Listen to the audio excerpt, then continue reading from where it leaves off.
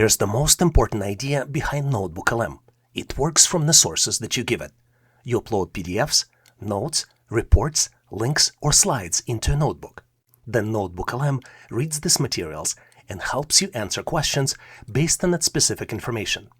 This is different from asking a general AI question, where the answer may sound confident but would be hard to verify.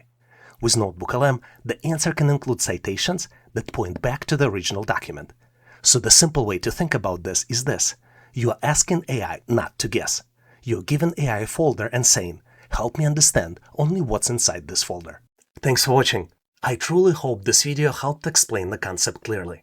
If you still have questions though, or if you have suggestions on how this could be explained even better, please leave them in comments. Consider subscribing to online training for everyone and joining a community of people who want to better understand how things work, build useful skills, and keep getting smarter. And if this video was helpful, please give it a like and share it. It helps YouTube show the video to other people who may need to learn the same thing. Have a great day, and I'll see you in my next video.